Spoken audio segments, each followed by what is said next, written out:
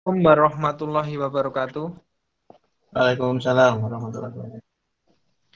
Alhamdulillah wassyukurillah la haula wala quwata illa billah amma ba'du. Puji syukur kepada Allah Subhanahu wa taala yang telah memberikan rahmat dan hidayahnya kepada kita semua sehingga kita bisa berkumpul lagi di suasana yang berbeda. Yang kemarin kita lewat WhatsApp group, sekarang lewat Google Meet dalam keadaan sehat walafiat tanpa suatu kekurangan apapun. Tak lupa sholawat serta salam kita junjungan kepada Nabi besar kita, Nabi besar Muhammad Sallallahu Alaihi Wasallam, yang akan kita tunggu syafaatnya di yaumul akhir kelak, amin. Sebelum mulai kajian pada sore kali ini, kita buka dulu dengan baca Al-Fatihah bersama-sama dari Basmalah. A'udzubillahi minasyaitonir Bismillahirrahmanirrahim. Alhamdulillahirabbil alamin. Arrahmanirrahim. Maliki yaumiddin. Iyyaka na'budu wa iyyaka nasta'in. Ihdinas siratal mustaqim. Siratal ladzina an'amta 'alaihim ghairil maghdubi 'alaihim waladdallin. Amin amin ya rabbal alamin. Sebelum mulai kajian pada malam hari ini yang tema diskusi. Jadi kemarin yang pertanyaan-pertanyaan atau hal yang belum jelas terkait materi pertama dan kedua yang tidak sempat untuk ditanyakan secara langsung, mungkin sore kali ini bisa digunakan untuk sharing, kemudian diskusi secara lebih jelas dan lebih gamblang dan tidak terbatas oleh waktu. Ya, nanti dibahas sampai jam 5 ya. Jam 5 seperti itu. Nanti lebih maksimal kalau kita berbicara dengan video seperti itu. Ya mungkin itu saja. Kemarin pertama kita membahas terkait masalah harta dalam Islam. Yang kedua materinya kemarin itu terkait dengan kesiapan manajemen harta pranikah seperti itu. Nah, mungkin itu saja. Saya nggak bisa menyimpulkan karena saya belum ada kapasitas untuk di situ. Saya cuma untuk menghantarkan saja terkait diskusi pada sore kali ini. Mungkin karena di sini Ustadz Ifdal belum datang, Ustadz. Udah, barusan masuk. Mungkin dari Ustadz Dudi Rosmara, kami persilakan. Oke, Nggih. Atur nuwun. Bismillahirrahmanirrahim. Assalamualaikum warahmatullahi wabarakatuh. Waalaikumsalam warahmatullahi Alhamdulillahirabbil alamin wa bihi nasta'inu ala umuri dunya waddin. Asyhadu an la ilaha illallah wa la syarikalah wa asyhadu anna Muhammadan abduhu wa rasuluh. Allahumma shalli ala Muhammad wa ala Muhammad. Saudara-saudaraku yang berbahagia, alhamdulillah sore ini kita bisa lanjutkan diskusi mungkin ya. Dua kali kita sudah diskusi dengan tema harta dalam Islam, dan yang kedua adalah bagaimana kesiapan manajemen harta yang sudah kita lakukan. Nah, sebelumnya izinkan saya ini pengantar ya. Nanti silakan diskusi santai saja, ada mau bagi pengalaman, ada sharing atau pertanyaan, nanti kita siap untuk mau fasilitasi. Saya akan share dulu PowerPoint. Ya. Ya, jadi hari ini kita diskusi. Sebelumnya saya akan tunjukkan dulu profil peserta ini ya, KMH1. Kebetulan ini memang baru pertama kali saya dengan Ustadz Miftahul jumlahnya adalah 64 orang ya kemarin yang terdaftar di Masriah, yang masuk lewat Google Form itu ada 64 orang. Insya Allah sudah masukkan di grup.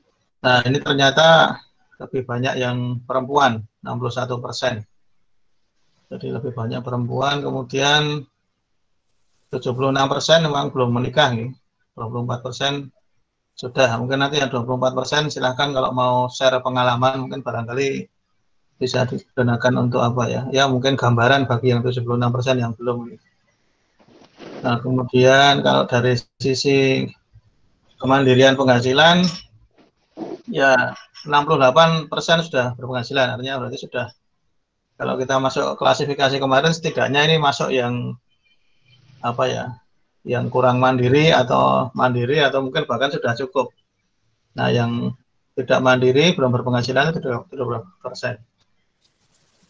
Nah, kemudian kalau dari sisi usia paling muda 19 tahun, kemudian paling tua 41 tahun, kemudian rata-rata 26,7, dan kemudian satu lagi apa namanya, untuk yang paling banyak usia 25 ya. Nah, kemudian ada satu lagi yang lupa saya bikin tabelnya, itu adalah strata pendidikan. Paling banyak itu adalah S1 ya. S1 kemudian disusul oleh S2 atau profesi. Ya, belum saya buat apanya. Oke, mungkin ini sedikit apa profil kita. Jadi memang saya kira kalau dilihat dari profilnya masih banyak yang muda-muda dan mungkin tingkat pendidikannya tinggi, sehingga kemudian kemarin kita sepakati untuk membuat fasilitas video conference Google Meet ini supaya lebih bagus interaksinya. Karena kalau seperti ini mungkin tidak semua tidak semua bisa infrastrukturnya. Kalau seperti grup WA itu lebih ringan, dan kecepatannya lambat. Jadi sambil istirahat pun bisa. Tapi kalau video conference seperti ini memang harus fokus. Kalau kelewatan ya sudah. Nah, kemudian silakan nanti pertanyaan untuk diskusi, mungkin bisa mulai dari beberapa pertanyaan ini ya, terutama yang belum ya. Nah, nanti mungkin kalau yang sudah atau yang nanti diskusinya yang pernak-pernik yang sudah, mungkin bisa insya Allah Jumat pekan depan. Nah, seperti insya Allah besok diskusi kita adalah pernak-pernik pernikahan dan pasca pernikahan. Ya, ini yang sebelum. Nah, mungkin yang sebelum kapan akan menikah, ini mungkin ya mestinya kita punya cita-cita ya, cita-cita berapa idealnya kalau mau seperti Rasulullah ya, berapa 25. Nah, kemudian sekarang sudah berapa usianya, ada berapa tahun lagi. Terus kemudian apa saja yang sudah disiapkan, misalkan ya kesiapan saya kira tidak hanya sekedar masalah harta, dan banyak ada hal-hal yang seperti kemarin ada faktor spiritual, ada kesiapan mental, kesehatan dan seterusnya itu. Nah, kemudian kalau yang dari sisi harta, apa yang sudah dipunyai. Jadi ya memang bukan kok kita matre, tapi kalau saya amati orang berumah tangga itu dengan berbagai jalan rezeki yang berbeda-beda ya. Ada yang sudah disiapkan orang tuanya, artinya mungkin sudah disiapkan rumah beserta isinya, atau bahkan sudah disiapkan pekerjaan, misalkan sudah punya perusahaan keluarga. Ada yang harus merintis dari nol. Kemudian ini berlaku bagi yang ikhwan maupun yang akhwat ya, karena pada kenyataannya saya punya teman itu ya cukup ya teman putri sudah jadi ASN gitu, dosen. Nah, dia beli tanah. Ya, belum. Jadi salah satu persiapan nanti mungkin barangkali bisa ya Ustadz Miftol. Nah, bisa nggak ini pakai mudharabah nanti, atau masuk nikah mudharabah. Jadi nanti ada kombinasi ya, ada yang memang kemudian kalau saya amati tetangga saya itu banyak yang modelnya dalam hal harta itu mungkin sang suami perantau, yang kemudian di dekat saya itu ada kampus ya, kampus P4TK Kesenian. Nah, itu saya lihat banyak pegawai P4TK Kesenian yang itu berasal dari luar daerah sini ya, jauh bahkan luar pulau, itu nikah dengan tetangga-tetangga saya yang rumahnya dekat dengan P4TK Kesenian. Nah, ini berarti kan jadi artinya dalam hal persiapan harta bisa berbagi, jadi lebih dari sisi maisyahnya yang laki-laki ada sebagai fungsi utamanya. Nah, kemudian kebetulan karena lokasi kerjanya dekat dengan tempat tinggal istri, dan kebetulan istri juga dapat warisan lah, kemudian sudah jadi itu. Nah, ini salah satu mungkin yang bisa kita pikirkan, terlepas kapan Allah memberikan jodoh, itu kita juga nggak tahu.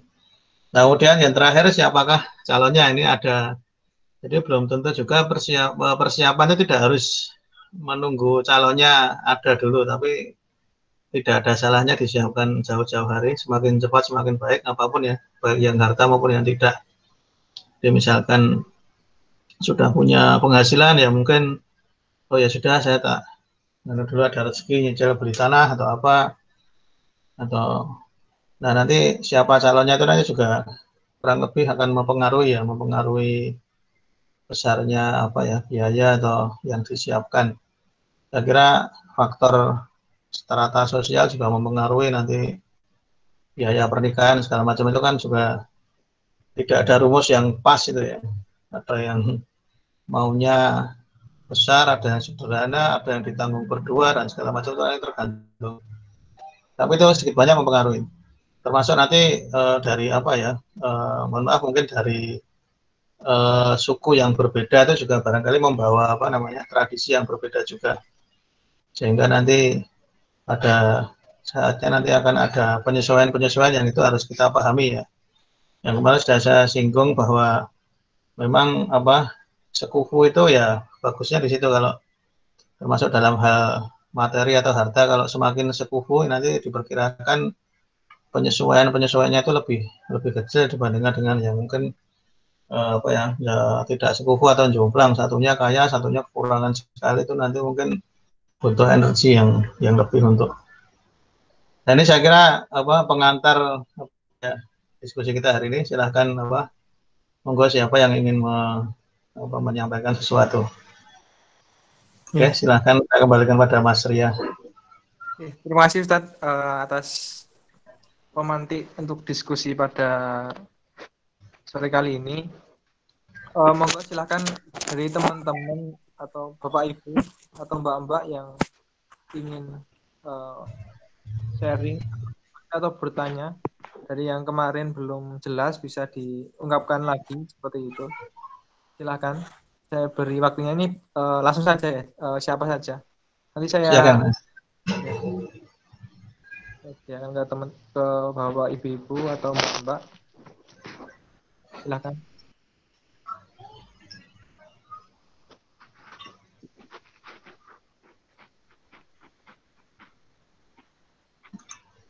Atau model pekerjaan atau apa mungkin silakan berhubungan, saya kira luas.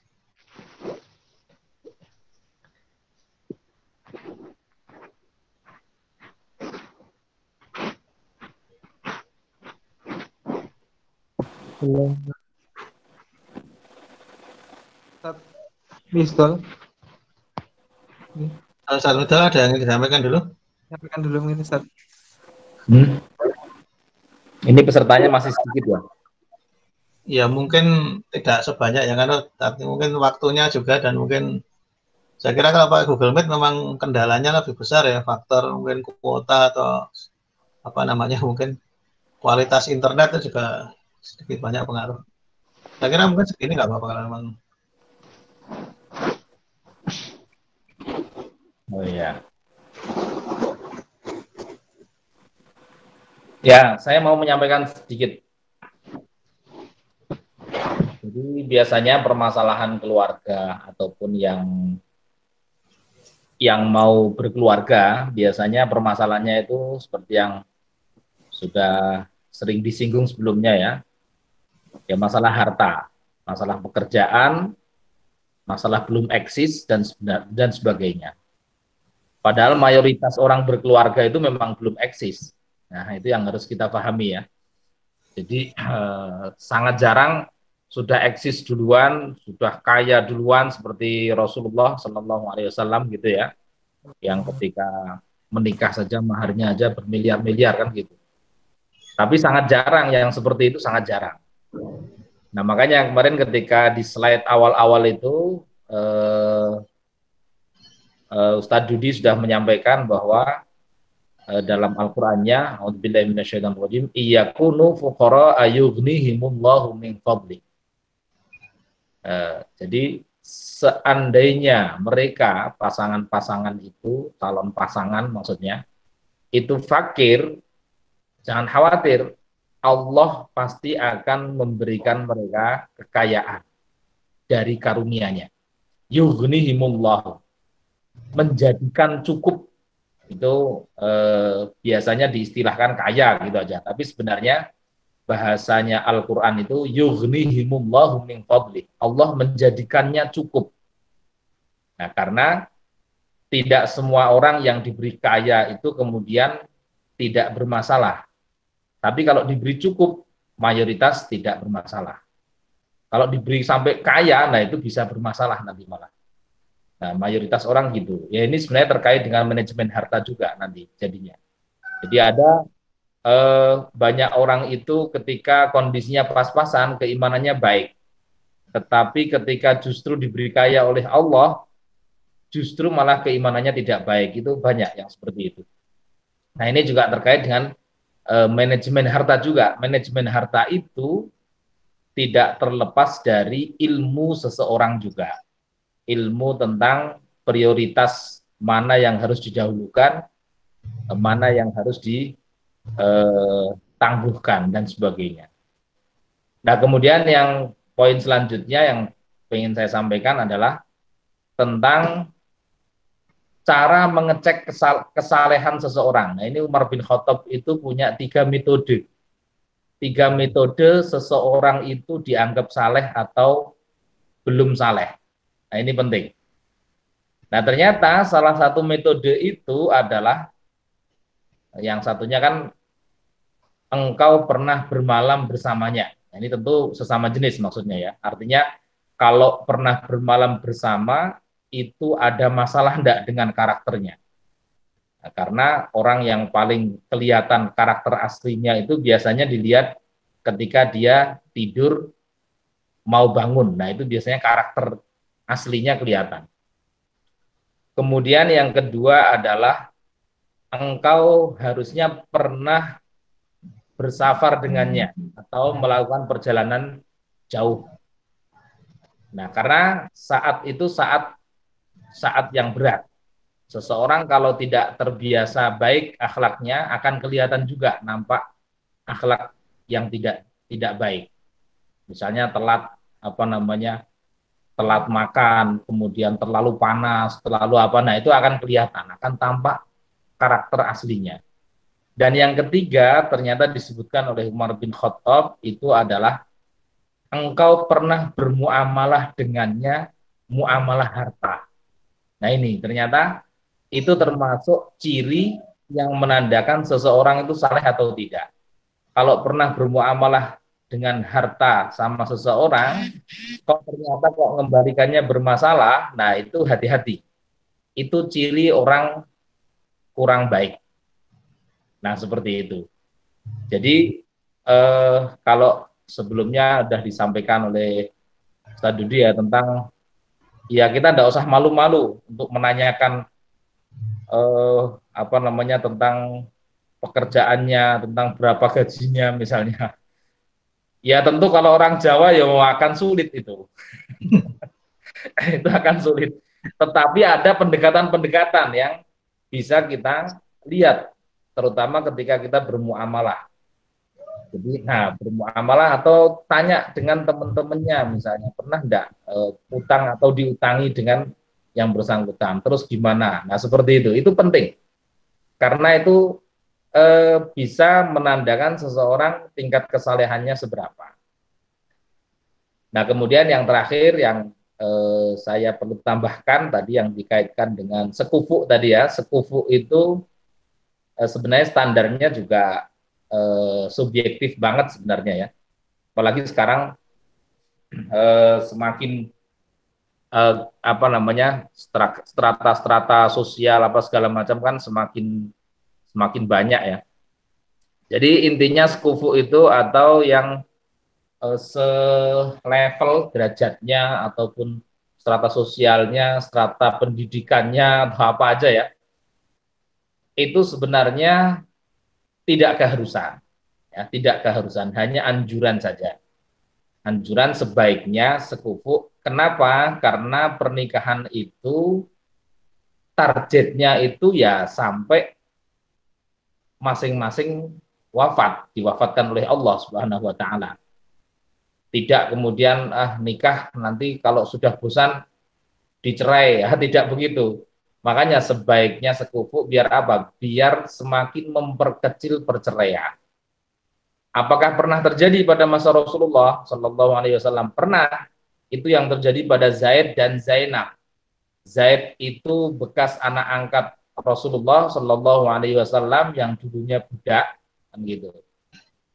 Kemudian Zainab itu strata sosialnya sangat tinggi, bangsawan lah atau darah biru.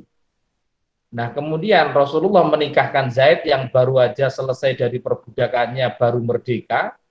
Artinya kan strata sosial yang sangat rendah itu. Meskipun sudah merdeka, tapi kan rendahnya itu kan masih melekat begitu kan. Kemudian dinikahkan sama Zainab, strata sosial yang sangat tinggi. Nah, apa yang terjadi? Tidak nyaman. Zainab tidak nyaman, Zaid juga tidak nyaman. Sampai terus begitu agak lama begitu ya. Zainab juga agak kikuk, Zaid juga sama. Ketika Zainab ditanya, apakah dia tidak soleh? Tidak, soleh, tidak masalah. Nah, jadi tidak selamanya orang soleh dan solehah itu kemudian pas, itu enggak. Orang biasa kemudian dinikahi dengan kiai, nah itu bisa berat nanti. Karena standarnya tinggi, atau ustadz senior misalnya, itu bisa berat. Jadi orang biasa ya sama biasa saja. Nah misalnya seperti itu. Kecuali orang biasa tapi dengan keilmuan yang tinggi, terus dapat ustadz ataupun ustadzah yang senior, nah itu pas, misalnya seperti itu. Nah akhirnya kemudian diceraikan oleh Rasulullah karena memang tidak sekufu tadi. Nah itu sunnah Rasulnya ada, maksudnya seperti itu. Ya itu tambahannya, Ustadz Dudi. Monggo yang lain kalau ada yang mau disampaikan.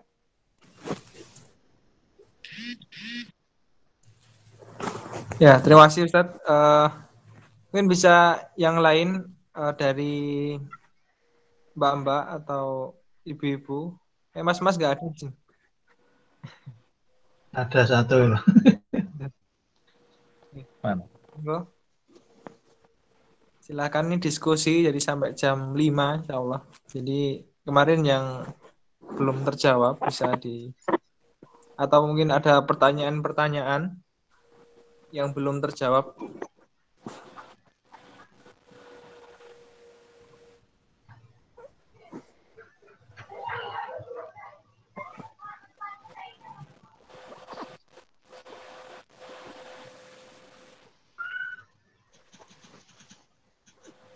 Atau mungkin waktunya dievaluasi ya, Mas Dudi ya. Oke, boleh, nggak apa-apa. Ya barangkali mungkin dievaluasi. Nanti mungkin bisa disampaikan di grup lagi. Nih. Kasih malam. Biasanya memang. Biasanya kemarin malam. Ya, nanti dievaluasi aja barangkali. Ada pertanyaan ini karena lagi pulang dari kantor dan lagi ada kelas online anaknya. Iya, silakan. Jadi pertanyaannya. Pertanyaan mungkin kalau misalkan langsung nggak apa-apa ke moderator, kalau malu nggak apa-apa. Ini karena ini nggak bisa ikut Zoom, nggak bisa ikut Google. Oh iya, nggak apa-apa, disampaikan aja nanti. Nih, pertanyaannya adalah bagaimana pengelolaan harta yang baik bagi suami dan istri yang keduanya bekerja. Terus yang kedua, bagaimana hukumnya nafkah bagi suami dalam kondisi seperti ini? Keduanya bekerja, apakah menafkahi istri menjadi sunnah? Atau saya kopikan aja, nanti dibahas aja. Jawab ini aja, maksudnya dijawab aja dulu mungkin, nanti saya menambahkan. Silakan, yang pertama, ini karena belum ada pertanyaan ya, apa kita diskusikan di sini aja. Oke. Terus mendengarnya nanti gimana yang penanyanya? Ini direkam nanti kita share link Pak Mirda, videonya. Oh gitu. Share kamu, nanti bisa di grup. Ya. Dijawab berarti ini. Ya, jawab aja. Monggo Mas Dudi dulu. Jangan dulu aja. Yang dulu aja, yang fikih dulu, nanti saya yang versi ekonomi menambahkan, nggak apa-apa. Ya baik. pengelolaan harta yang baik, seandainya suami kerja dan istri kerja, itu ya standarnya tidak ada. Standarnya yang paling baik adalah yang saling ridho. Nah itu, yang paling baik itu yang saling ridho. Monggo, terserah. Misalnya yang membayar SPP suami, kemudian yang SPP anak, dan sudah punya anak nanti ya. Kemudian nanti yang untuk saving istri misalnya gitu, atau misalkan gimana, atau sebaliknya, atau eh, semuanya dikelola istri, atau sebaliknya semuanya dikelola suami, itu semuanya boleh. Itu tidak ada aturannya, karena kita masyarakat Indonesia khususnya ya punya kebiasaan yang agak beda dengan masyarakat Arab. Nah, kalau masyarakat Arab itu harta suami ya harta suami, harta istri ya harta istri. Kalau kebiasaan masyarakat kita tidak bisa seperti itu kalau sudah berkeluarga. Harta harta suami ya milik istri, harta istri ya milik suami. Biasanya begitu. Umumnya kalau sudah berkeluarga itu milik bersama, gampangnya begitu. Makanya kemudian ada istilah hukum gonogini atau yang apa namanya, seandainya terjadi masalah, meskipun itu tidak dikehendaki ya, tapi kalau terjadi masalah sampai cerai dan sebagainya, biasanya separuh-separuh, biasanya seperti itu. Itu kalau dalam hal pengelolaan harta yang baik. Jadi intinya dalam pengelolaan harta yang baik ini, intinya adalah kesepakatan bersama mana yang terbaik. Kayak misalkan, saya contohkan saya aja lah, misalnya gampang. Istri saya itu menyerahkan semua uangnya ke saya.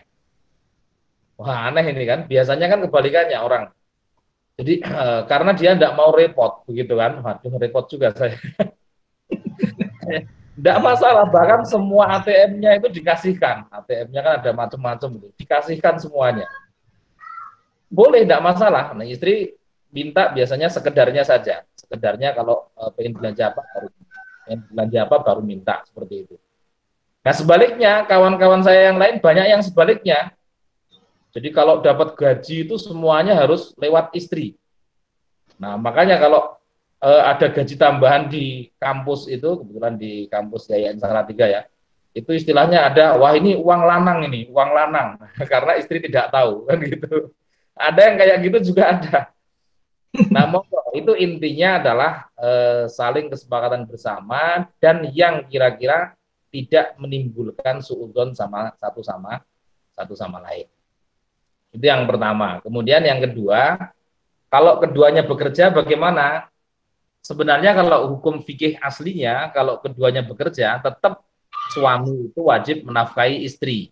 Sedangkan istri itu hasil kerjanya adalah jadi miliknya, aslinya seperti itu, miliknya secara pribadi, aslinya seperti itu. Hanya karena sekali lagi kepemilikan suami istri di Indonesia itu kebiasaannya itu seperti tadi yang saya sampaikan, harta itu milik bersama. Nah ini menjadi harus punya ijtihad lain kita jadinya. Nah terus gimana? Ya sudah diatur saja gitu aja jadinya. Meskipun secara fikih aslinya yang wajib menafkahi itu suami, tetap istri itu ya kerjanya hasilnya ya jadi miliknya sendiri.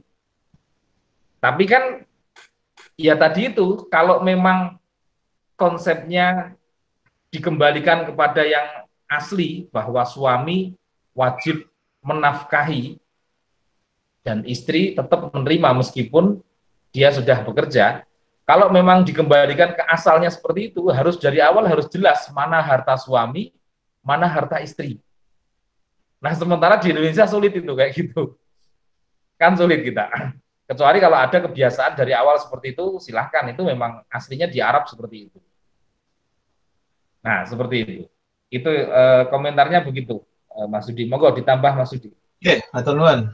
Saya nambah saja mungkin pengalaman saya pribadi. Kalau saya memang dulu waktu kesepakatan awal setelah menikah itu kami berkomitmen berusaha mencatat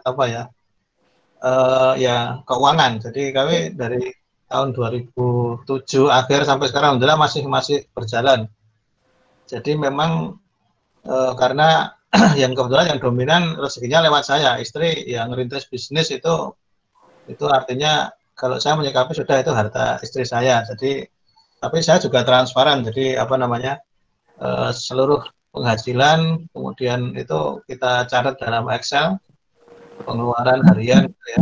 Jadi nanti memang jadi prinsipnya itu pengalaman saya itu sehingga nanti kelihatan sesungguhnya bulan ini itu sisa berapa, setahun ini sisa berapa itu keperluannya saya kira juga tidak hanya sekedar apa, tidak hanya sekedar untuk ya sebagai ketok beda, tapi mungkin saya perhitungannya juga kepentingannya termasuk dalam hal apa ya menentukan berapa zakat yang harus dibayar. Nah, ini saya kira akan lebih mudah jika kita punya apa ya catatan meskipun kalau bicara bagaimana menghitung zakat itu ya macam-macam caranya dan yang apa namanya kalau seperti ASN itu gampang kan dengan metode yang kontemporer dipotong. Nah, tapi mungkin ada juga yang berpedoman pada fikih klasik jadi atas asetnya itu yang mengendap 1 tahun dulu. Nah, ini saya kira ini tidak ada salahnya juga. Jadi supaya kita punya apa namanya catatan yang cukup akurat sehingga sebenarnya kita berapa zakatnya. Ya sudah itu juga untuk evaluasi juga ya Pak. Kita berapa atau pengeluarannya, berapa penghasilannya itu bisa untuk evaluasi kita. Oh kita kurang ini kurang itu. Terus kalau lebih seperti ini ya itu bisa dijadikan kan. Jadi yang penting itu aja komitmen di awal seperti yang dikatakan Ustaz Miftah tadi memang kalau dikembalikan ke fikih memang itu yang menafkahi suami tapi memang kenyataannya tidak setiap apa ya tidak ya Allah mungkin belum tentu melewatkan rezekinya itu banyak dari sang suami bisa jadi justru sebaliknya istrinya yang dengan ke jalan rezeki yang suaminya kurang itu saya kira yang penting tadi apa saling ridho di depan tadi.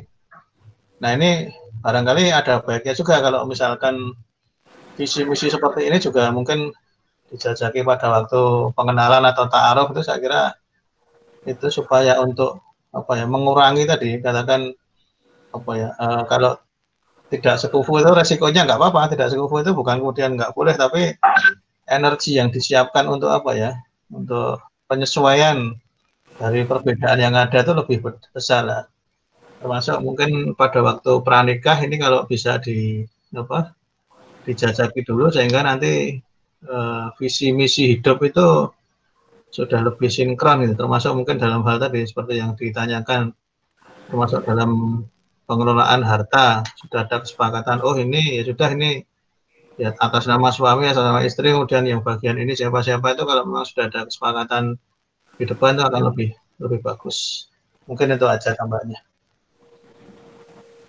itu Mas Riah monggo silahkan kalau ada yang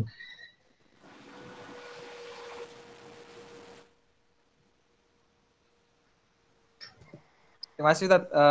Ini banyak yang japri saya. Ini masih lanjut sama pertanyaan tadi, Tat. Sama yang penanya pertama tadi.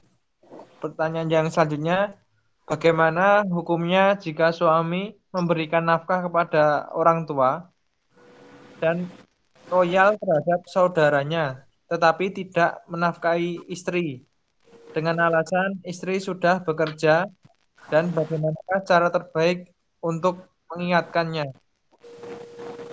Kayaknya yang pertama belum ya Mas ya, yang sebelumnya itu. Ini yang lanjutan dari Oh yang tadi, lanjutan dari tadi. ya, nanti saya bacakan aja, Tan. Oh iya iya iya ya. Oke oke oke. nampaknya ini pada malu kalau tanya langsung Nggak berani kemarin nanya. namanya Japri kalau ditanya di grup mungkin jarang yang tanya karena Ya, ini, Tat. ya silakan kalau malu misalkan bisa Japri ke moderator nggak apa-apa nanti tidak akan disebutkan namanya kalau nyamannya lewat moderator nggak masalah monggo Boleh, Ya, tanggapi dulu ya. ya baik. Bagaimana hukumnya jika suami memberi nafkah pada ortu, nah malah lebih banyak ke orang tuanya, ke saudaranya, sementara istrinya tidak dikasih nafkah dengan alasan istri sudah bekerja. Nah, ini jadi sebenarnya itu istri bekerja, kan hubungannya kan gini. Istri bekerja itu atas izin suami. Kalau tidak diizinkan oleh suami, istri tidak boleh bekerja. Aslinya kan begitu. Nah, padahal yang kedua adalah kalau istri bekerja, maka hartanya itu milik dia. Maksudnya ya milik istri sendiri itu.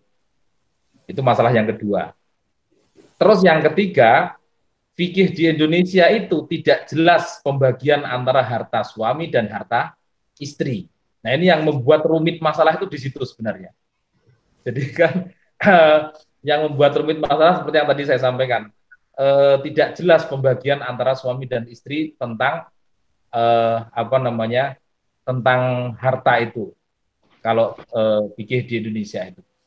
Maka pertanyaan ini kira-kira kalau pendekatannya untuk yang lebih sesuai dengan kondisi ya, itu yang pertama yang jelas suami itu wajib menafkahi, kan begitu ya Mbak ya. Suami wajib menafkahi. Nah, sementara yang wajib ditanggung suami itu ortu, orang tua. Nah, seandainya kemudian suami itu hartanya sebagiannya untuk orang tua, silahkan, tidak usah dipermasalahkan. Yang jadi permasalahan adalah kalau untuk saudaranya tadi itu. Istri itu lebih prioritas daripada saudara, kan begitu. Nah itu.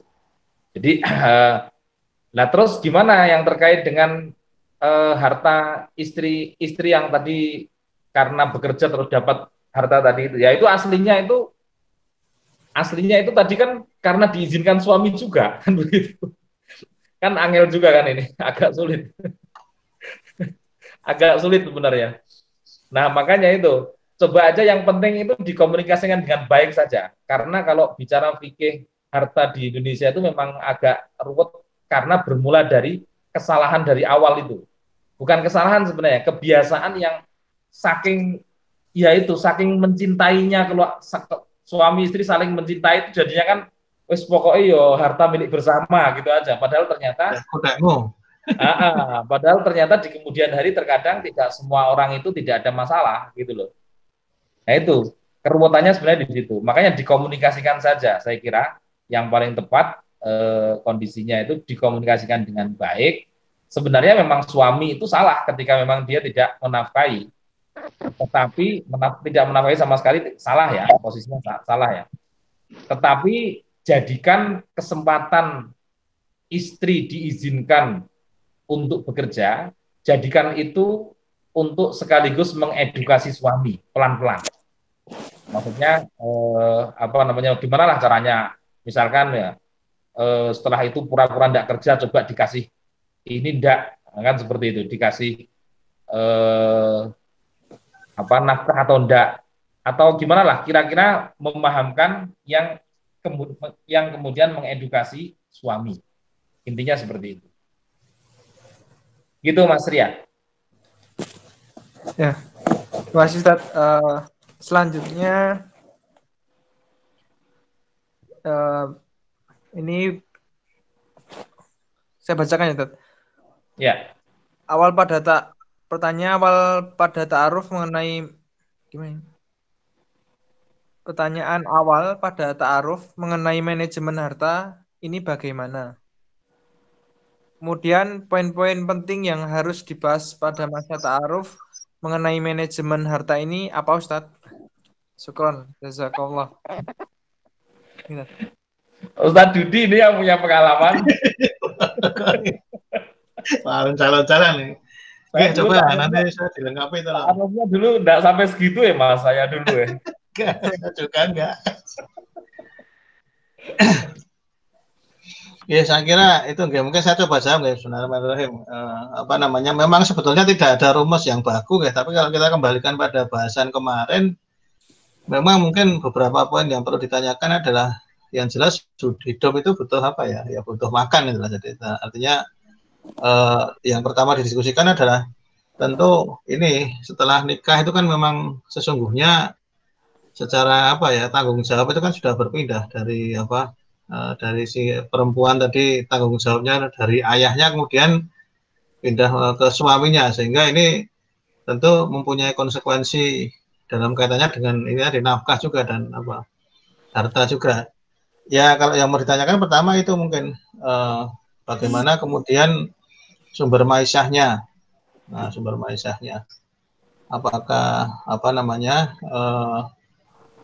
sudah cukup atau belum dengan apa namanya, ya rencananya nanti kan mestinya calon pengantin itu punya rencana mau tinggal di mana, kemudian apakah apa namanya masih mau ikut orang tua ataukah sudah mandiri. Nah, kalau sudah mandiri nanti tentu kita punya proyeksi biaya hidup itu berapa satu bulannya misalkan untuk makan dan lain-lain, kemudian apakah, nah ini saya kira perlu perlu apa namanya, perlu didiskusikan mungkin ya, mungkin dengan sedikit malu-malu nggak apa-apa, tapi saya kira ini juga lebih bagus apa ya di awal gitu, sehingga nanti kita sudah ketika nikah itu sudah punya kesepahaman yang bagus. Jadi kembali ke tadi, misalkan ya dihitung-hitung aja, misalkan merencanakan kita mau coba mandiri, sudah punya rumah belum? Kalau punya berarti sewa, kalau sewa berapa sewanya per tahun, sehingga nanti kalau dibagi per bulan, bagi 12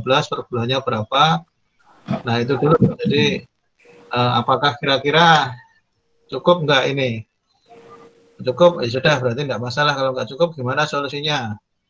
Atau mungkin sementara dengan orang tua dulu atau apa, terus kemudian ini yang jangka pendek ya, setahun 2 tahun. Nah kemudian untuk yang jangka panjang saya kira mungkin lebih apa ya, cakupannya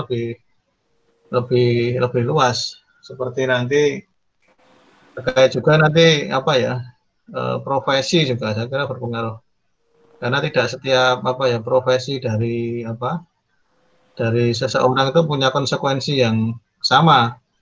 Misalkan seseorang profesinya adalah wira swasta, itu mungkin dia akan lebih bisa bebas menentukan di mana. Tetapi kalau mungkin profesi yang kedinasan seperti militer atau ASN yang pusat, itu kan mungkin sudah punya komitmen harus bersedia dipindah ke apa seluruh Indonesia itu ya. Itu kan sudah komitmen yang ada sebelum nikah lah. Itu saya kira juga mungkin perlu dikompromikan. Bagaimana nanti kalau misalkan kan ada ya 4 tahun sekali pindah atau kemana itu nanti, nah saya kira akan baiknya juga sampai ke situ, sehingga nanti apa ya, ya saya kira yang namanya pasangan suami istri itu ya sampai mati pun tetap belajar untuk saling memahami ya. Artinya kalau tetap kita kadang-kadang tidak paham diri kita sendiri apalagi orang lain. Nah ini saya kira penting juga supaya nanti apa yang apa ya sampaikan Ustadz Miftol contohnya tadi itu tidak terjadi apa ya, tidak sepahaman di belakang hari yang itu membuat retak-retak yang berpotensi pada apa perceraian, termasuk dalam hal harta. Itu kemudian ya nanti kalau berkembang ke yang lebih luas lagi, jadi memang apa ya, nanti lebih rumit lagi kalau hartanya itu tadi gonok ini tadi. Kalau yang sama-sama pihak yang punya harta itu mungkin barangkali lebih rumit lagi di ke belakangnya itu. Nah itu saya kira setidaknya yang untuk survive itu dulu 1-2 tahun, baru nanti kemudian yang jangka panjang juga tidak ada salahnya didiskusikan. Karena itu kan seperti yang saya katakan tadi, mungkin jalan rezeki orang lain-lain. Ada yang mungkin seperti saya itu, ya alhamdulillah ini sampai hari ini kebetulan jalan rezekinya lewat penghasilan saya, tapi kan tidak semua seperti itu. Ada juga yang lewat warisan. Nah, ini sudah ada.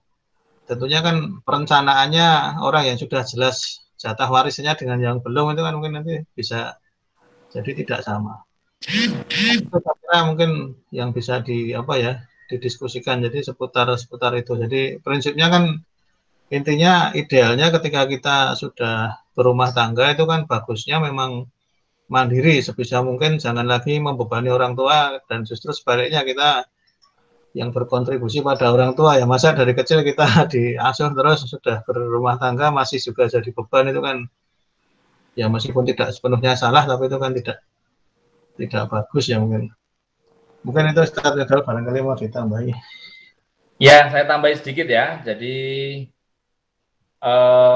trik-triknya ketika ta'aruf itu sebenarnya ya tidak, ya memang agak sulit itu ya dipraktekkan. Tapi bisa juga sebenarnya mendekati masalah yang kita inginkan jawabannya. Misalnya pertanyaan-pertanyaan yang terkait dengan intinya dia itu pekerja keras enggak. Jadi tanya tentang pengalaman kerja. Jadi kalau bekerja intinya keras enggak. Nah, maksudnya serius enggak, sungguh-sungguh enggak. Nah, itu penting. Karena itu nanti siapapun yang bekerja keras insya Allah mudah. Jadi rezekinya mudah. Nah, seperti itu. Kemudian yang selanjutnya bisa enggak saving. Jadi bisa enggak saving? Ya entah sekian persen begitu ya. Karena orang yang bisa saving menandakan bahwa dia bisa ngerim apa namanya kebutuhan gitu ya, sehingga tidak over. Nah, seperti itu. Kemudian bahkan kalau perlu pertanyaan-pertanyaan tertentu penting. Kayak misalkan kalau seandainya dananya terbatas, padahal ibu calon suami itu nanti juga butuh, sementara keluarga juga butuh. Itu gimana? Nah, kadang diuji seperti itu. Maksudnya perlu ya menguji hal-hal seperti itu meskipun ya nanti ternyata jawabannya tidak seperti yang kita inginkan. Misalnya seperti itu ya. Maksudnya kalau memang ternyata tidak sesuai dengan standar ataupun menunjukkan bahwa yang bersangkutan kurang baik, dihindari dulu aja. Nah, seperti itu saya kira. Monggo, yang lain. Ya, ya saya setuju ya. Tadi memang karakter juga penting, tidak hanya sekedar artinya karakter itu lebih menentukan tadi daripada akhirnya saya setuju orang yang punya karakter bagus itu lebih rezekinya lebih mudah ya. Jadi mungkin itu bisa juga di Ustaz itu kalau langsung mungkin dirasa mungkin ya dengan fasilitator atau mungkin dengan kita tadi yang disarankan bermuamalah tadi. Ya, kalau dia punya toko terus ya kita mungkin bisa minta tolong orang lain untuk mungkin di tokonya, terus dengan pendekatan-pendekatan itu sehingga nanti bisa ini gimana orangnya itu saya kira jadi mungkin ada baiknya juga mungkin melibatkan pihak tiga yang bisa dipercaya, itu saya kira mungkin bisa jadi salah satu solusi. Kalau misalkan langsung kemudian face to face itu malu atau malah makan dikhawatirkan tidak jujur. Iya. Betul. Atau syukur ada fasilitatornya seperti kayak murabi lah, itu sudah nanti mungkin lebih bisa murabi dengan murabi bisa, itu mungkin juga bisa jadi salah satu solusi, karena mungkin itu lebih lebih ya tidak malu toh. Jadi itu bisa amanah, mungkin itu. Monggo. Ya.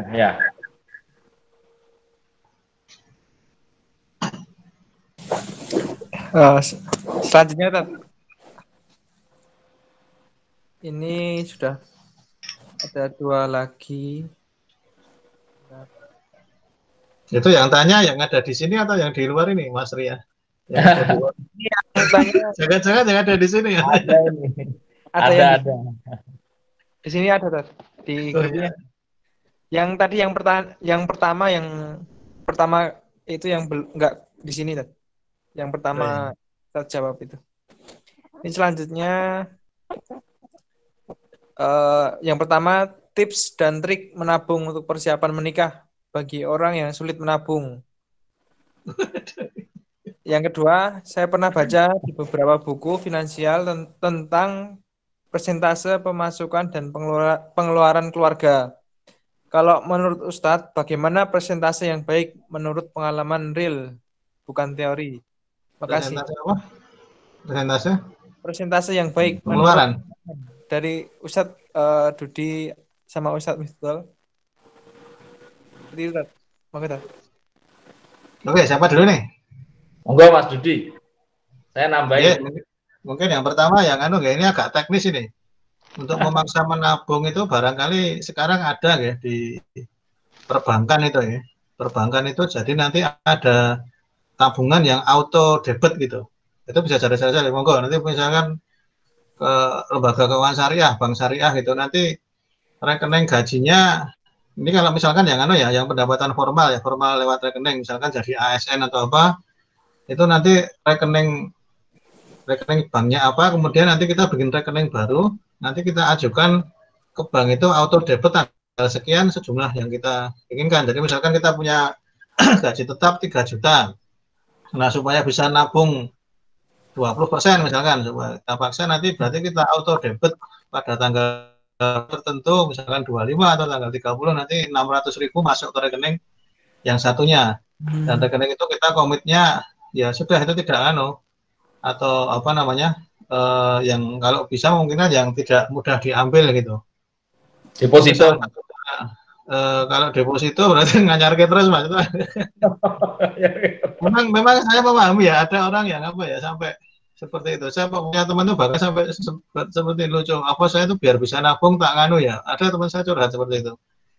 Apa saya tak utang aja, terus kemudian duitnya tak depositokan gitu. Sehingga kemudian saya kalau utang kan dipaksa ngangsur ya, kalau nanti nggak berapa kali nggak kan debt collector datang gitu. Jadi sampai kepikiran begitu, dia berpikir mungkin karena dia dia kan mungkin punya seperti ASN tuh mungkin dapat fasilitas pinjaman yang murah, kemudian dia pinjam di lembaga keuangan yang murah, misalkan bank syariah itu kan mungkin lebih ya, mungkin dia kemudian depositkan di BPR syariah yang itu nanti mungkin impas lah antara dia yang harus dia, itu ada sampai seperti itu juga. Jadi monggo teknisnya ada berbagai macam cara ya, atau mungkin mungkin bisa juga dengan membeli, tapi saya kira membeli dengan membeli dengan ini, mungkin membeli aset dengan mengangsur ya, udah merubah emas misalkan ya, jadi kita beli emas itu mungkin barangkali bisa jadi salah satu memaksa tadi. Jadi misalkan biar nabung, saya tak beli emas dengan skema angsuran, tapi ini beli emas beneran tidak. Nah terus itu barangkali seperti itu. Nah kemudian kalau masalah berapa persen itu ya jawabannya susah, tergantung penghasilannya berapa. Kalau nah, bisa jadi malah yang terjadi kurang dari 120%. Nah, utang itu kan berarti pengeluarannya lebih besar. Kalau saya prinsipnya gini ya, kalau saya terus terang, kalau saya dalam catatan keuangan saya, pengeluaran untuk sehari-hari itu 30-40% dari total penghasilan. Ya karena saya berpedoman bahwa ya sudah kebutuhan saya itu. Jadi saya termasuk orang yang tidak kalau dalam teori ekonomi itu kan dikatakan bahwa konsumsi itu dipengaruhi oleh pendapatan. Jadi kalau pendapatannya naik, konsumsinya naik. Tapi saya tidak sarankan seperti itu. Jadi ya sudah, kita butuhnya apa? Kalau misalkan dalam catatan keuangan saya mungkin dengan 5-6 juta sebulan itu sudah alhamdulillah layak dan bagus, ya sudah segitu aja. Kalau bulan depan mau dapat misalkan 10 juta, 20 juta, ya sudah segitu aja. Ini kan jadi beda-beda prosentasenya. Jadi saran saya jangan berbasis pada berapa persen, tapi kebutuhan kita. Jadi kalau kita dalam ekonomi Islam itu kan jargonnya adalah cukupi kebutuhan, kendalikan keinginan. Nah ini supaya kita tidak terjebak dalam israf ya. Jadi kita harus bisa memilah-milah mana-mana saja yang jadi kebutuhan. Jadi sesuatu itu bisa tampak sebetulnya sama, tapi sebenarnya kebutuhan, misalkan ya beli mobil misalkan Toyota Kijang, itu suatu ketika bisa jadi itu sebuah kebutuhan. Kalau memang belum punya mobil dan itu punya anak yang harus diantar, ini kebutuhan. Tapi suatu ketika tidak hanya keinginan, karena tetangganya mobilnya baru Kijang. Kalau saya nggak baru nanti tidak keren. Itu kan. Wah ini kan motivasinya riak kan. Sudah riak nanti riba pula, sudah jatuh tertimpa tangga. Ini Cina jangan sampai seperti ini. Jadi motivasinya ingin pamer supaya dianggap eksekutif muda yang sukses, maka pulang ya naik Pajero lah, jangan naik. Nah, untuk Pajero tadi ya, dia dengan skema-skema yang itu riba. Ini naudzubillah min dzalik gitu. Jadi saran saya ya aja, tidak ada. Tapi kalau dalam beberapa perencanaan keuangan itu memang kalau bisa nabung itu diusahakan ada angka-angka psikologisnya itu kalau bisa tabungan itu 20% sampai 30% dari penghasilan. Itu kalau cukup ya, penghasilannya kalau lebih ya, kalau kurang ya nggak bisa. Jadi ada yang menyarankan itu kita disiplin. Jadi kalau gajian ambil dulu atau debit tadi. Jadi menabung itu kan untuk kita sendiri, artinya untuk konsumsi yang tertunda. Artinya kan tidak semua konsumsi, tidak semua pendapatan itu dihabiskan pada periode kita dapat, misalkan gaji Januari nggak semuanya habis Januari. Ada kalanya disisihkan supaya nanti bulan Juli ketika anak masuk sekolah harus uang gedung dan macam-macam itu. Nah inilah. Terus kemudian dana talangan itu ya tergantung resiko kan ya. Tapi setidaknya bisa punya dana talangan itu ya 3%, kok 3%, 3 kali penghasilan per bulan. Itu ada yang seperti itu, angka-angka psikologis. Jadi prinsipnya memang kalau bisa kita punya dana talangan ya. Jadi jangan sampai kemudian terus Ini contoh ya, saya banyak bakul pasar tradisional itu saya amati beberapa, ya bisnisnya bagus laris. Tapi kemudian terus jadi bisnisnya jelek itu kan karena keuangan keluarganya. Jadi kalau seperti pedagang pasar rakyat itu dia biasanya keuangan bisnis dan tradisional keuangan keluarga campur jadi satu. Yo iki mbuh pokoke yo bakulan mbok bayari nyangoni putune terus nek ilang kok disalahke tuyul. Waduh tuyulnya akeh pasar itu. Jadi kasihan selalu dijadikan kambing hitam dan tidak bisa membela diri. Padahal tuyulnya soto dengan bakso itu kan. Nah ini sering terjadi. Jadi bisnisnya itu bagus, tapi kemudian karena dia tidak punya dana talangan, terus akhirnya modal yang untuk pula itu tinggal takziah, tinggal nyumbang, harus ada macam-macam sehingga, nah ini saya kira tidak hanya tabungan, tapi juga sebaiknya punya dana talangan sehingga kalau ada insiden-insiden seperti ini kemudian tidak merusak ya arus kas yang baik kita jadi pedagang maupun pegawai, tapi kalau tidak punya dana talangan repot juga itu. Mungkin itu mau ditambahi Ustaz Mirza. Mungkin ini Mas Dudi, itu mungkin kan kondisi jenengan sekarang ya tabungan bisa 30%. Mungkin jenengan ketika awal pernikahan dulu itu gambarannya seperti apa? Bisa jenengan ceritakan dulu mungkin. Kalau saya dulu ya terus terang nikah itu nggak punya apa-apa. Jadi saya masih ingat motor saya itu, saya nikah awal bulan, akhir bulan baru, jadi aset saya pertama itu motor. Terus waktu itu ngontrak rumah 2 tahun saya. 2 tahun, jadi 2 kali 6 juta itu. Ya waktu itu penghasilan saya sebagai ya dari berbagai riset sama ngajar-ngajar tuh ya ya mungkin saya lupa angkanya harus buka dulu. Tapi insya Allah memang sudah diperhitungkan itu cukup. Jadi memang kalau dulu saya dari alhamdulillah memang karena saya modelnya itu banyak project sehingga untuk nabung itu bisa lebih mudah itu. Jadi memang rezekinya, sekali lagi lain-lain ya nggak bisa dipukul rata ya. Ada yang nggak mau harus KPR itu juga ada. Kalau orang KPR ngenteni nabung dulu kemudian kenaikan harga perumahan atau tanah sudah itu juga ada. Tapi kalau saya seperti itu, saya masih ingat betul aset pertama saya miliki itu motor Supra seharga 14,5 juta. Terus ya sudah kita ngontrak rumah 2 tahun, alhamdulillah. Terus itu setahun ngontrak, ya dikit-dikit rezeki beli ya rumah yang saya tempati itu rumah yang dulu rumah nggak jadi saya beli, terus ya ditambal sulam diteruskan gitu, alhamdulillah tahun kedua itu sudah bisa keluar dari kontrakan, terus ya ditempati seadanya sampai rumah itu mungkin ditempati 2 tahun baru selesai penuh itu. Ya sudah seperti itu. Jadi kalau saya dari nol, jadi saya dari nol, istri dari, artinya sampai alhamdulillah sampai hari ini ya tidak ada mungkin warisan itu tidak, jadi belum dari situ rezekinya, masih betul-betul dari keringat sendiri. Itu seperti itu. Monggo. Ya. Iya, jadi jawabnya biar agak dekat dengan kondisi kawan-kawan sekarang gitu loh Mas, maksud saya. Kan mereka kan baru mau menikah kan begitu. Kalau dulu ya nggak sampai 30% ya mungkin. Awal-awal itu mungkin tabungannya Ya, mungkin barangkali hanya 50%. ya mungkin ya kondisinya Mas Budi itu hampir hampir sama dengan saya dulu Mas ya. Ketika awal nikah itu 2004 sampai 2008 itu ngontrak. Ya kebetulan karena di desa jadi kan ngontrak murah ya. Begitu 2008 baru bikin rumah. Bikin rumah itu pun ya tadi seperti KPR tadi yang disampaikan Mas Budi, cuma ya prinsipnya tetap di bank syariah ya. Jadi keberkahan itu tetap berusaha untuk kita capai begitu.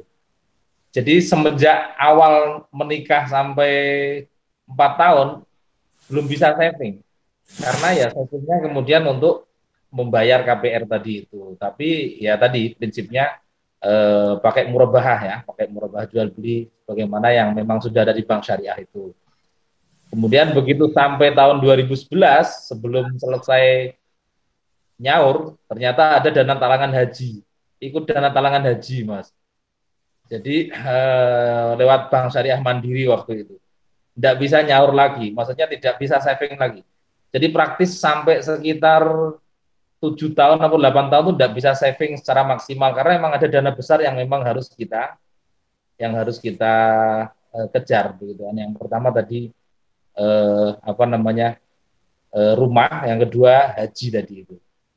Jadi kondisinya mungkin beda-beda ya, tapi intinya sebenarnya ketika memang kita dituntut untuk ada tanggungan seperti itu, sebenarnya kita kan saving dengan sendirinya. Itu sebenarnya prinsipnya yang penting untuk diambil kesimpulannya sebenarnya. Nah, hanya gimana kondisinya kalau seandainya memang sulit atau agak ya susah untuk menabung. Tadi kan gitu ya kasusnya ya. Nah, kalau mungkin misalkan bisa beli tanah sekedarnya itu jauh lebih baik atau beli emas tadi itu misalnya ya. Itu jauh lebih baik sebenarnya. Tapi ya masing-masing kita punya trik ya. Intinya jangan sampai terjatuh dalam dalam bunga, dalam ya kalau kalau tidak berinteraksi sama bank sama sekali itu sebenarnya lebih baik meskipun bank syariah ya. Tetapi kalau terpaksa kemudian harus berinteraksi, ya jangan sampai selain bank syariah. Intinya seperti itu. Ya, silahkan, monggo, Mas Ria. Kita pertanyaan Saya kira kalau terakhir ya, nih, Kak. saya tambahin ya. Sekarang kalau nggak berinteraksi dengan bank nggak bisa sepertinya loh. KTM aja sekarang bank. Terus Banyak. gajinya Pak Modal bank apa Pak? Karena ada di IAIN.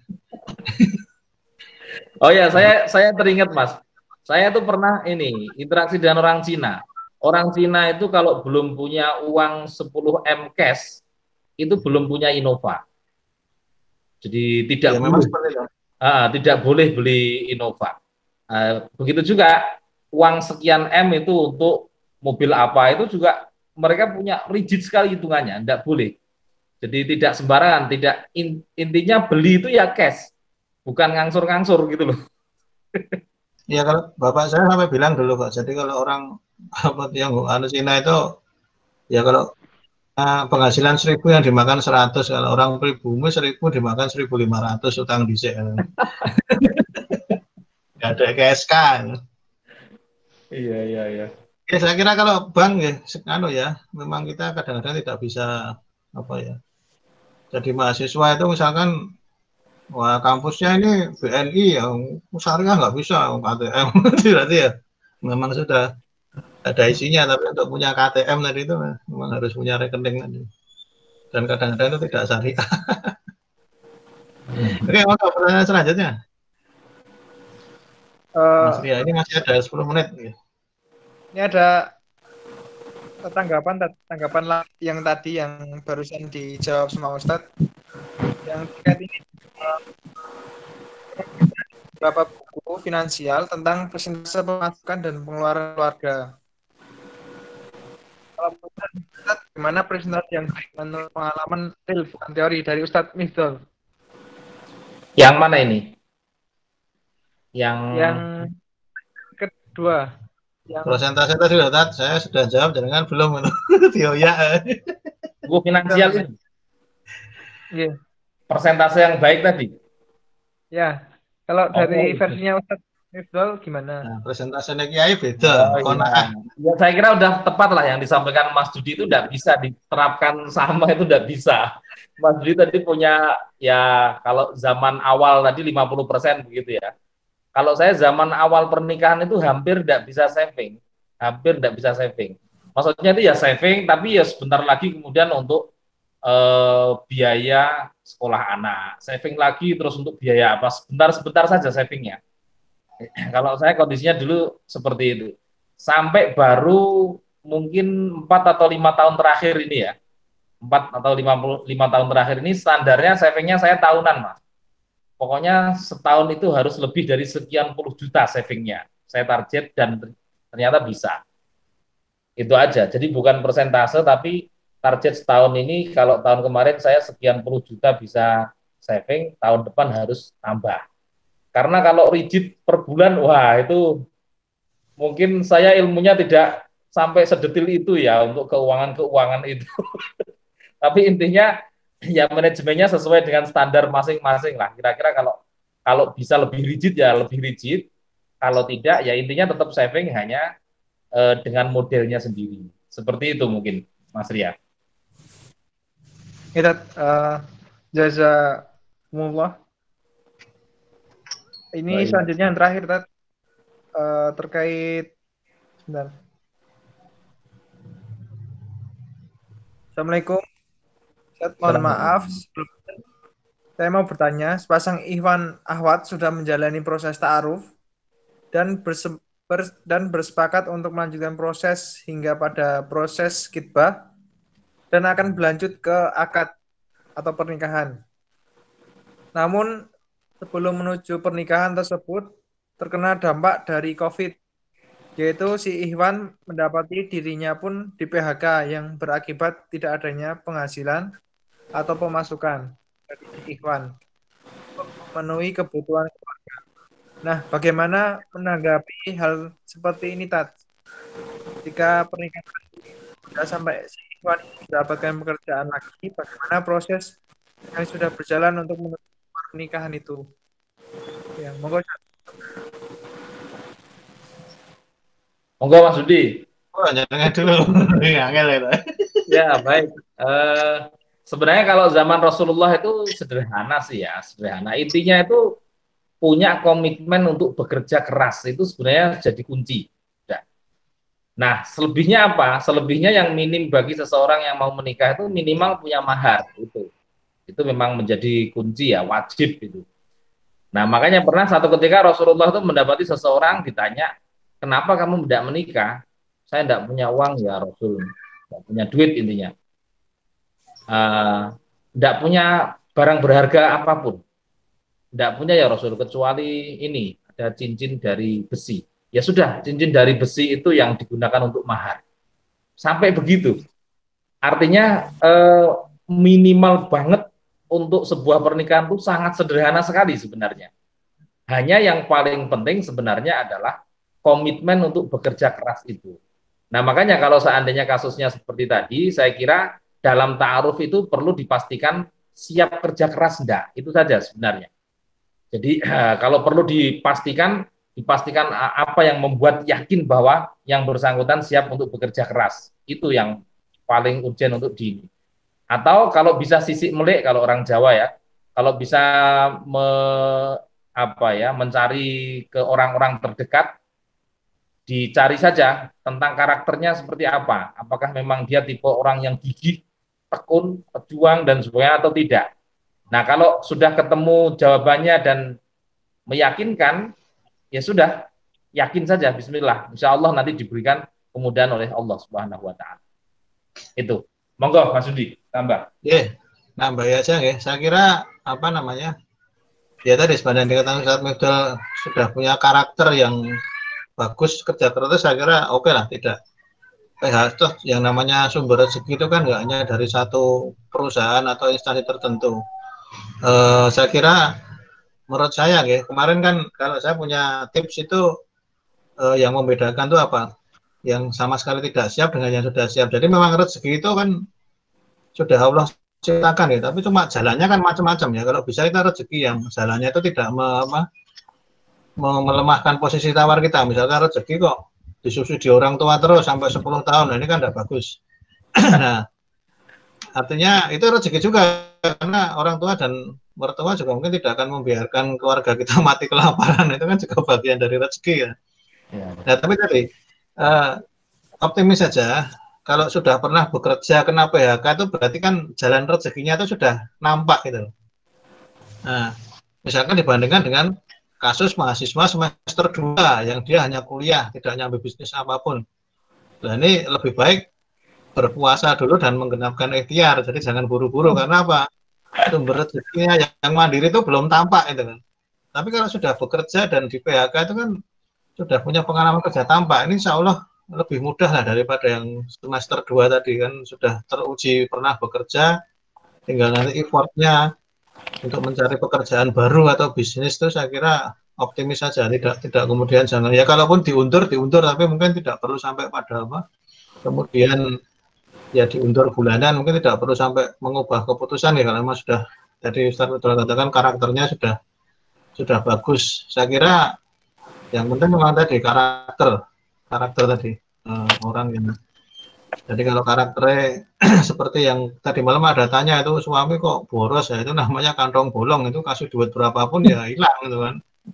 Nah dia memang israf tadi, tapi kalau yang punya tadi ya sudah, kita sedikit apapun kita nabung, karena ya namanya masa depan tuh kadang-kadang ya Allah memberikan jalan rezeki itu kadang tidak merata setiap bulannya gitu kan, tidak semua seperti ASN pasti dapat sekian. Nah, kalau kita misalkan jadi pengusaha, ini COVID turun, besok naik lagi, itu sehingga tidak apa ya, kita harus memahami bahwa Allah itu juga mungkin memberikan rezeki itu tidak mesti merata pada setiap waktu, sehingga nanti adanya karakter untuk saving itu juga penting dalam ya apa ya, sabar sakwatoro gitu. Jadi kalau bagus tuh malah kita punya dana talangan gitu loh, jadi tidak sedikit-sedikit utang atau malah terjebak riba. Misalkan kita punya dana talangan 30 juta, oh butuh motor, ya sudah kita ambil dana kita sendiri, pinjam, nanti diangsur sendiri. Lucu ya tapi mungkin ya orang Jawa. Jadi kita ngangsur ke dana kita sendiri sebulan berapa gitu. Itu saya kira juga penting. Jadi harus ulet tadi. Saya kira itu optimis saja lah kalau di PHK itu. Oke, sudah saya kira. Monggo Mas Ria, ini sepertinya sudah menjelang jam 5 juga. Ya. Mungkin perlu kita evaluasi ya, nanti kita share aja di grup, ditanyakan ulang pekan depan yang sekali ini apakah tetap sore ataukah malam. Malam juga nggak apa-apa saya. Malam nggak apa-apa nanti Mas. Apa? Terima kasih Ustadz atas penjelasannya, dan mudah-mudahan bisa menambah keimanan kita kepada Allah Subhanahu wa taala dan bisa kita amin. Selanjutnya yaitu penutup. Mari kita tutup dengan baca doa kafaratul majelis. Subhanallah Allahumma bihamdika asyhadu an la ilaha illa anta astaghfiruka wa atubu ilaik. Terima kasih. Mohon maaf apabila saya dalam membawakan acara kurang berkenan di hati Bapak, Ibu-ibu dan Bapak sekalian dan Mas-mas sekalian. Saya tutup. Assalamualaikum warahmatullahi wabarakatuh. Waalaikumsalam warahmatullahi wabarakatuh. Ya, matur suwun Mas Dudi. Saya tak pulang dulu ya. Iya, sama. Iya, moga-moga. Waalaikumsalam warahmatullahi wabarakatuh. Syukuran Ustaz.